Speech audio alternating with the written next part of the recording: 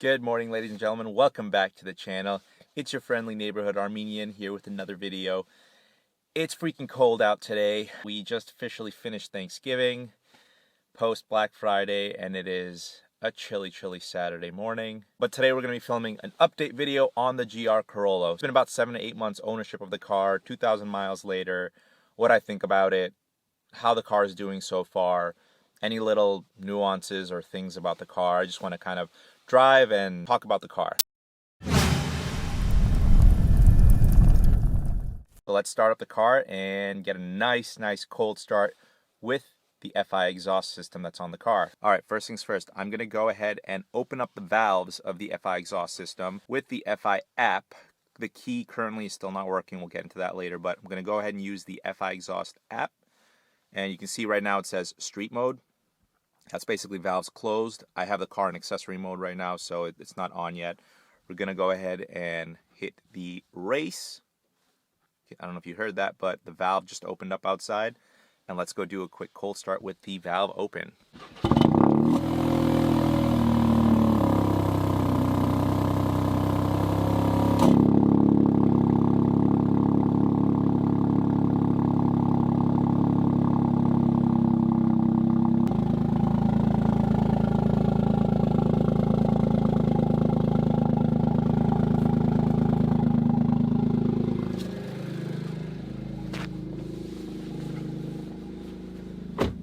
That's loud.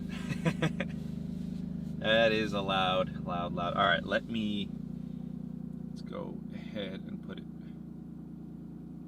There we go. So valves are closed now, so you can hear me.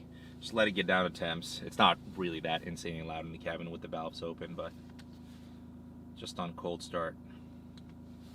While we are sitting here in the car, waiting for the car to warm up a little bit, a couple things to talk about. As you can see, we're a little over 2,000 miles now, as I mentioned earlier. I love this display, okay? This display doesn't get old. It is so crisp, clean, clear, bright.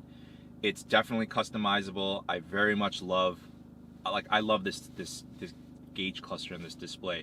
So from my background, I had mostly analog cars, if you will. I had like STIs and older Civic SIs and things like that. I went into a B9 Audi S4 years and years ago, so that was my first kind of entry into the whole digital display, digital cockpit thing, and Audi's was amazing. Don't get me wrong, I thought that was beautiful. I had a lot of, stuff in there, a lot of things to do, customizing and whatnot.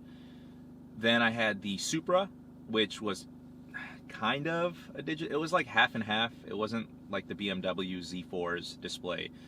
And then I jumped into this car, and this thing is just, it's awesome. You can fully customize. Basically, you can move around with the displays. You can pick whatever you want on the left or the right side. These are there's like 3 options you can choose. I kind of picked these, but this display is the one that I always keep it on. You got the bougie, what did I just say, bougie? Yes, the bougie display. You have the boost gauge on the left, and I have the 3 temps sitting on the right. So coolant, oil, and then oil pressure, and then you have the giant tachometer in the center with the gear indicator in the center as well. So I like that, very much rally car like, looks really cool. And if you want to, you can change the tachometer in the center. Once you put it into sport mode, it'll go into like this typical horizontal tach. I don't really care for it. It's a lot harder to use that in the lower RPMs or day-to-day driving. Yes, I do know how to drive manual. I don't really rely on that necessarily, but it is very confusing with the narrow window that it gives you for the first few thousand RPM. I have it set to permanently be on this display, the standard tachometer, just because I like the way it looks. Even if I change it into sport mode, you can obviously keep it to permanently be this view, the other view if you want, or you can have it change with drive mode. Now, change the drive mode here, go up to sport. You can see the tachometer has changed, and if you can make out here, the first few thousand, it's really quick, so it's just the needle barely moves and you have to shift, but it's actually going up a few thousand RPM, and that makes a difference for city driving in my opinion. So I'm just like, it looks cool, sure. I think I used it for 5 seconds one time, but I really don't use it. If you're on the track, Definitely helpful, very, very useful for sure, don't get me wrong, but not for typical daily driving. In my opinion, you like it, you do you, but that's not how I like to drive the car. Another thing to talk about, the interior of this car. Like I said, I've had it for a little over 2,000 miles, or put a little over 2,000 miles. Had the car for 7-8 months. I love the interior of this car. I do keep my cars clean as I possibly can, let's put it that way. Yes, I still have my sticker there. I don't know what it is, my OCD maybe, but I do that with all my cars. Call me weird, whatever. The interior is nice in the Circuit Edition. I mean, you got soft touch leather here compared to the Core. It's just cloth. Same thing here, soft touch plastic. You got the red stitching here. Red stitching on the steering wheel, which I very much like, opposed to the white stitching on the Core. And the leather wrap steering wheel is very nice.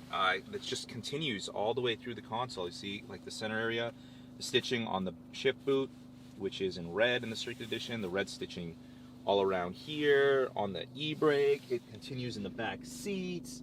I mean, I think it's a nice economy car style, you know, a nice premium look for an economy sports car. You know, I like it. I very much appreciate it. It's not like the Supra. It's not, you know, anything German engineering, you know, luxury and all that stuff. I don't care. It's a Corolla, but it's premium enough for the price point of the car if you do get it at MSRP or lower. Another thing that I have very much appreciated, promise we'll get to the driving in a little bit, but another thing I really, really appreciate with this car is the creature comforts. So heated seats in the front, okay, I like that a lot.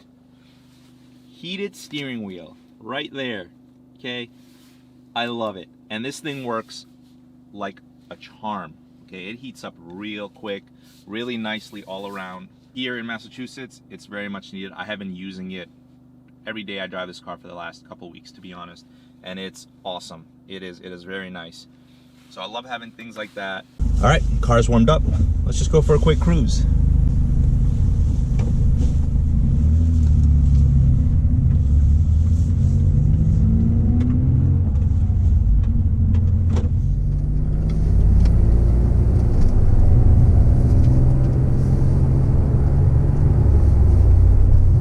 I'm gonna do a quick pull.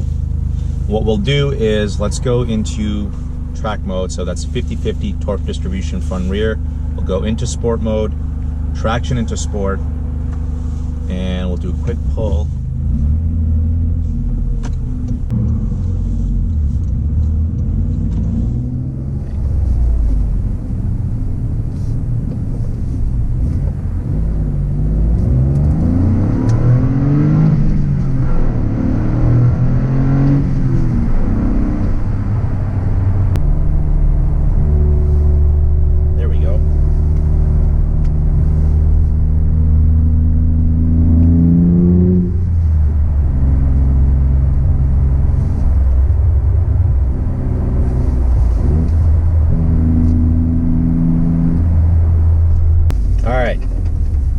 Now we can do a proper pull. Let's make sure no one's on the road. All right.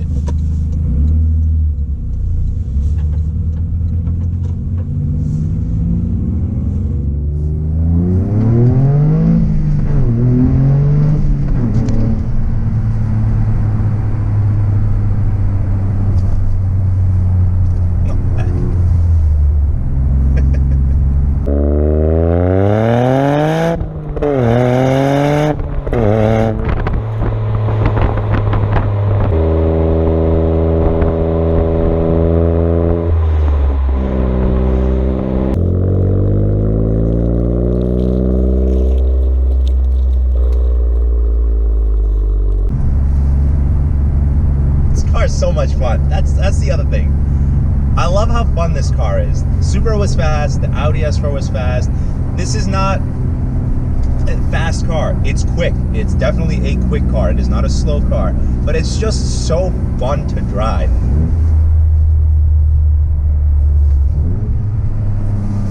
Let's open up the window so we can hear that a little bit.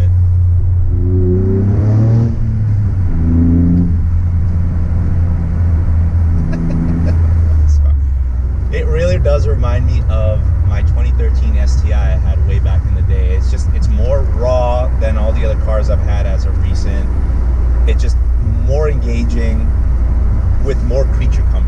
like the STI with more creature comforts, which is funny to say because this is still a Corolla. But I love what it has. It's got the auto revving downshift, which I appreciate at times. You know, I do like to roll my own gears and downshift myself, but it's very useful to have. The sounds the car makes, even when it was stock, got a rumble to it, and you can hear the intake blow-off sounds of like the turbo blow-off sounds. It's just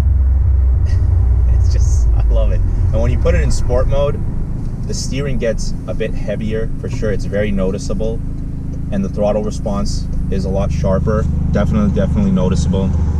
And then if I put it into comfort mode, or just normal mode, I guess they call it. I keep calling it comfort mode. I'm used to the Audi and the Supra. But when you put it in to normal mode, the steering lightens up a bit, the throttle response lightens up a bit. It's definitely an easy daily driver. It's very much easier. Like, it's so much easier to drive. Not that it's hard in sport mode. You can hear that. Now there is a little bit of a raspiness to it, for sure, the first couple thousand RPMs.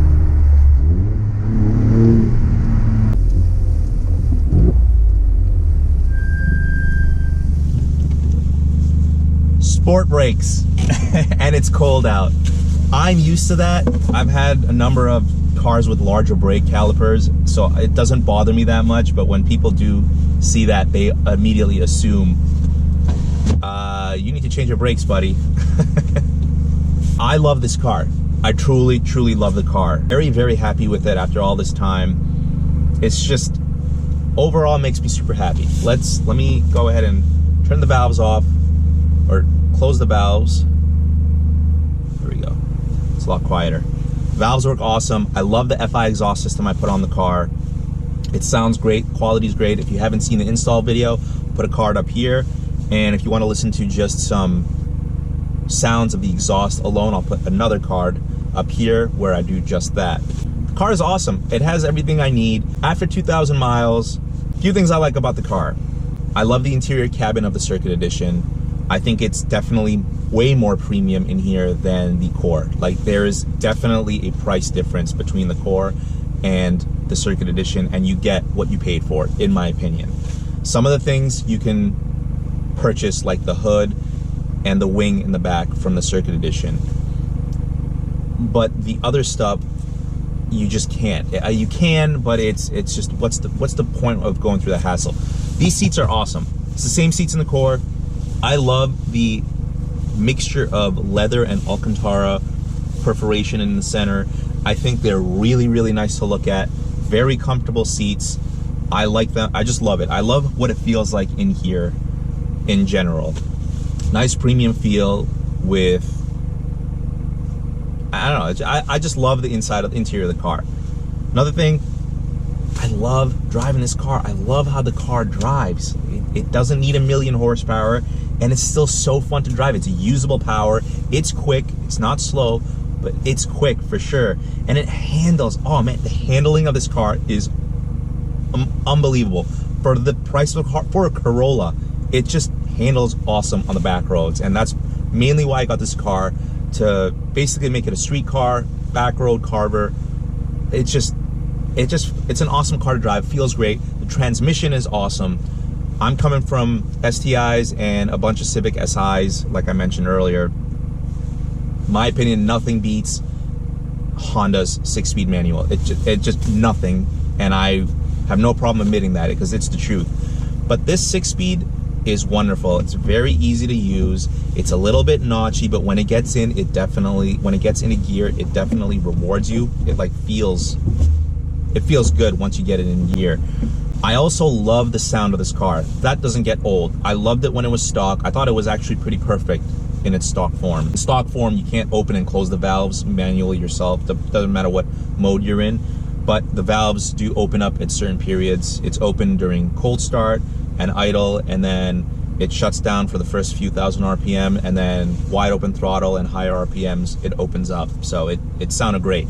Now with this FI exhaust system on the car, and it is the catback system for now, do have a downpipe, waiting for tunes to become more available for this car so that I can install the downpipe, but that's later talk. So that's coming in the future, but I love the catback sound of this, and I can control the valves via a remote or the app, and the app just works so easy with this car. And it makes a world of a difference in sound. When the valves are closed, it sounds a little louder than stock, but it's still very, very quiet in here. Like at idle right now, I don't even know why I'm talking so loud.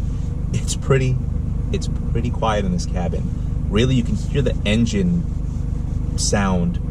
It's a little bit louder than even the exhaust. Like the actual engine ticks, you can hear louder than from the exhaust. And then when I open the valves, it gets really loud. Like it gets really, really loud. It sometimes sounds like a trumpet in the first couple thousand RPMs. It's a little raspy, and then full throttle, high RPMs, it sounds so good. It really is a unique 3-cylinder sound that it has. Very much rally car, it just sounds awesome. At idle, it sounds amazing too. Very, very beefy sound. I have a few clips here, you can listen to that, and at cold start.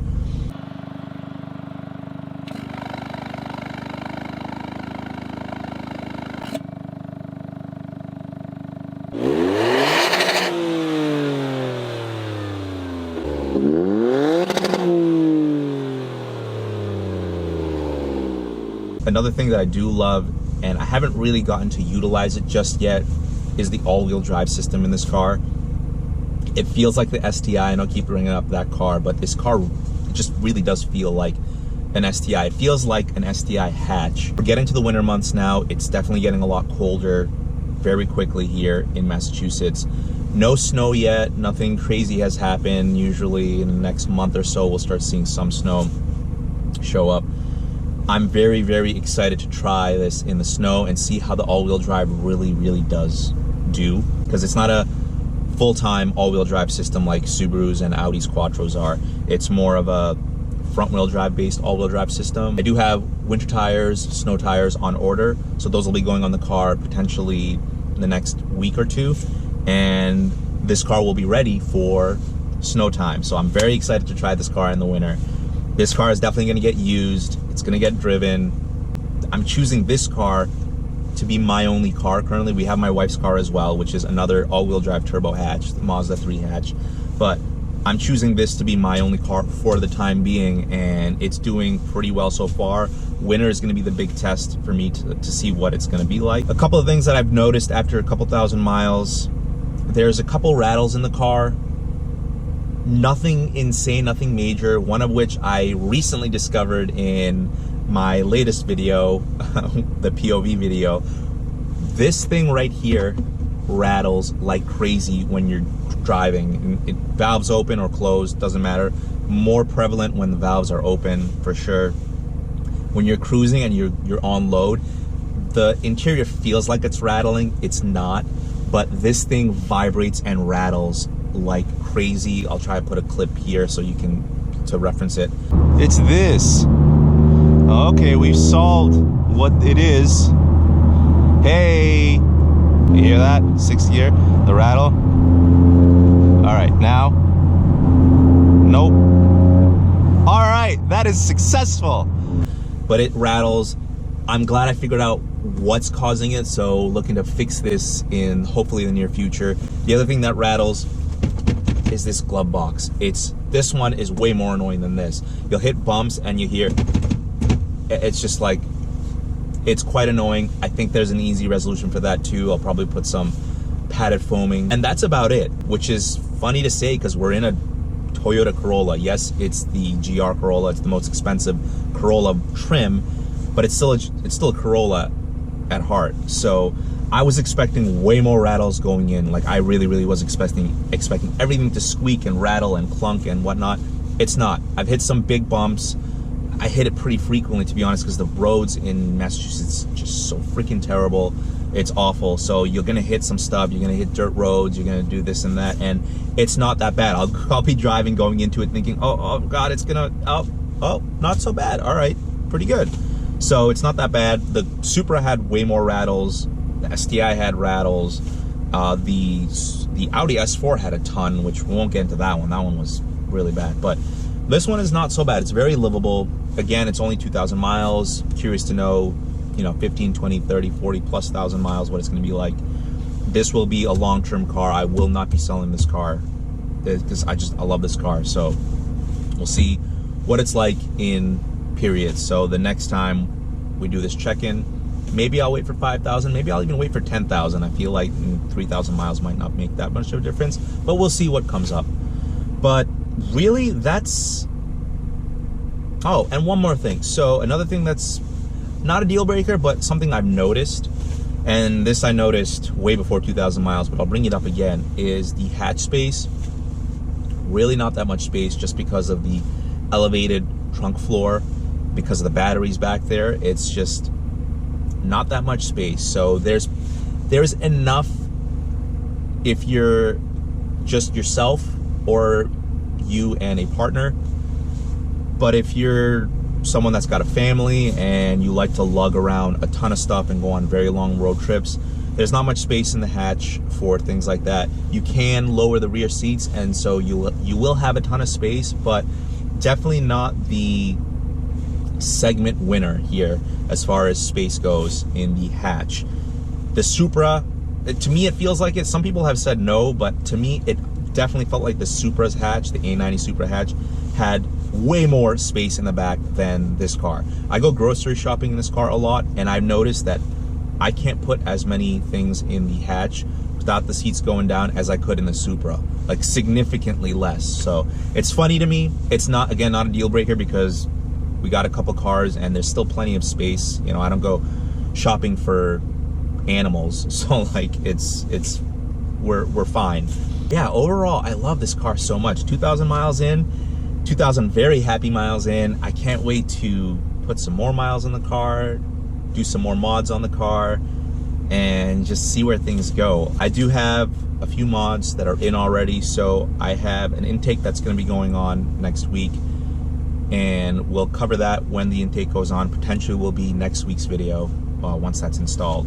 Some of these mods are happening soon. Some of them have been ordered, but they're not going to be going on the car or happening anytime like this year. Let's put it that way. We're almost in December, but they won't be going on this year, so I don't want to tease and get everyone excited just yet, but they will be going on before the spring season of 2024. So lots of things to do with this car, lots of plans with this car. I'm very, very excited. I have a vision and I'm very excited to share it with you all. So I hope you all are excited about it just as much as I am. Hope you all enjoyed this video. If you did, go ahead and hit that thumbs up. And if you are stopping by for the first time, hit that subscribe button.